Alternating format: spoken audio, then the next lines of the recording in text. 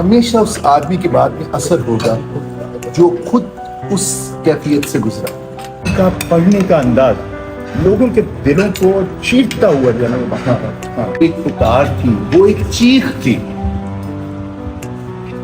جو ایک سچے رائٹر نے. وہ رنج دیے بیگانے یاد آتے ہیں،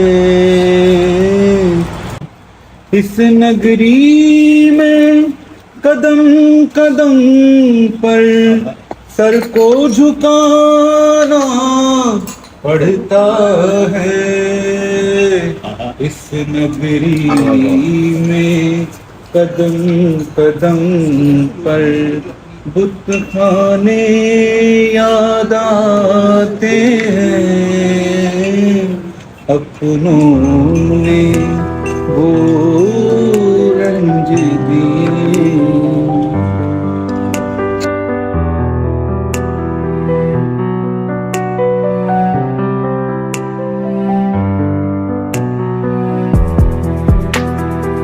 آج کی نسل کو نہیں پتا کہ حبیب جانب کون تھے، لوگوں کو اندازہ نہیں. نہیں پتا.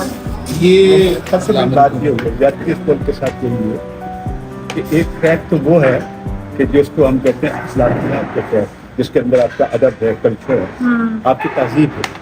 دوسری جانب ہم نے وہ ٹریک جو حکومتی معاملات سے متعلق ہوتا ہے، سیاست سے متعلق، اس کو تو کھول رکھا، لیکن ایک ٹریک کو ہم نے بالکل بند کر دیا، جس کا نتیجہ یہ ہے کہ ہماری نوجوان نسل جو ہے نا وہ نہ تو اپنی ادب، تہذیب، کلچر سے یہ جو آپ بظاہر دیکھتی ہے نا آپ کے تعلقات بڑی بڑی نابغہ شاہجہاں کے چھوٹے چھوٹے میلے جو ہیں، لوگ میرے خیال میں تفریح کے نقطۂ نظر سے آتے ہیں، ان کی شخصیت کو جاننے کی ضرورت ہے. ایک اور بات جو حضرت حبیب جالب کے بارے میں بڑی میں سمجھتا ہوں کہ بڑی یونیک بات یہ ہے کہ ان کا پڑھنے کا انداز لوگوں کے دلوں کو چیرتا ہوا جو ہے نا وہ وہاں. آپ دیکھیے، ایسے لگتا تھا کہ وہ سب کچھ جو ہے نا ایک ڈائنیٹی کے ساتھ جوڑ رہے ہیں، وہ ایک جو طلسماتی معاملہ ہوتا ہے اس کے ساتھ، اور مخلوق کو کچھ دینے کی کوشش. Very well explained, Dr. لیکن ہم نے کہاں لیا ہے، ہمارے ہاتھ خالی کیوں. یہ شاعریز کے اوپر کی کیفیات ہیں، Exactly. اور ڈاکٹر اس کا تذکرہ ابتدا میں کرتے ہیں کہ صوفیزم جب جسم ہو، Exactly. جب زبان کی بجائے جسم کی. آج یہ خوبصورت باتیں حبیب جالب کے پلیٹ فارم سے ہو رہی ہیں، اور اس پلیٹ فارم پہ اکٹھے ہونے کا ہمارا ہمیشہ یہ مقصد ہونا چاہیے کہ صرف ہم حبیب جالب صاحب کے ہی کلام کو بار نہیں، ان کے بیچ میں نئی باتیں بھی کریں، نئے لوگوں کو بھی اپریشیٹ کریں، تاکہ اس پلیٹ فارم سے ایک اچھی چیز نکلے. آپ نے پوچھا تھا نئی جنریشن نہیں جانتی، نئی جنریشن تک پہنچانے کے لیے پھر یہ پاسداری، پھر یہ پیغام سینہ بہ سینہ آگے بڑھانا پڑتا ہے. اس کی ایک لوکل مثال جگجیت سنگھ کا مرزا غالب ہے.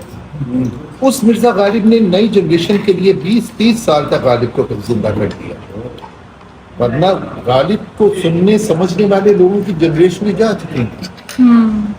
اس نے گلزار نے جب مرزا غالب پھر بنایا، غزلوں کو خوبصورت انداز میں کمپوز کیا گیا، مرزا غالب پھر زندہ ہو گیا. ہمیں حبیب جالب صاحب کے لیے بھی ایسے ہی کرنا ہوگا. اب یہ سب سے ذمہ داری بڑی تو آپ کی بنتی ہے.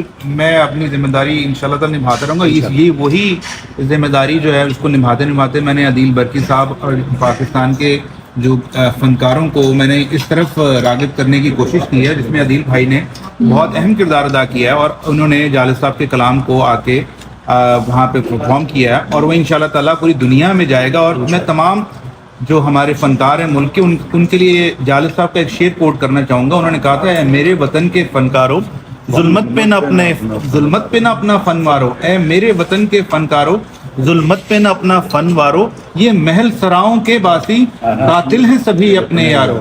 گرم گرم کباب انجوائے کیجیے. میرے ٹھنڈی ہو گئے. نہیں، دوسرا میڈم نے ایک سوال بھی کیا کہ وہ پارٹی ہاؤس کے حوالے سے 2016 میں میرا وزٹ ہوا تھا پارٹی ہاؤس میں. آپ کو آج بھی بات پتہ چلی ہے، میں 2016 کی بات کوٹ کر رہا ہوں. میں پارٹی ہاؤس گیا تو میں نے وہاں کی مینجمنٹ سے پوچھا کہ یہاں پہ جالب صاحب کا پورٹریٹ لگا ہوا تھا، وہ کہاں ہے؟ تو وہاں کے مینیجر آئے اور انہوں نے کہا کہ سر وہ تو ریپیئر ہونے کے لیے گیا ہوا ہے. اور اس کے بعد میں 3 سال کے بعد دوبارہ وہاں پہ گیا تو وہاں پہ یہ کرونا کے بعد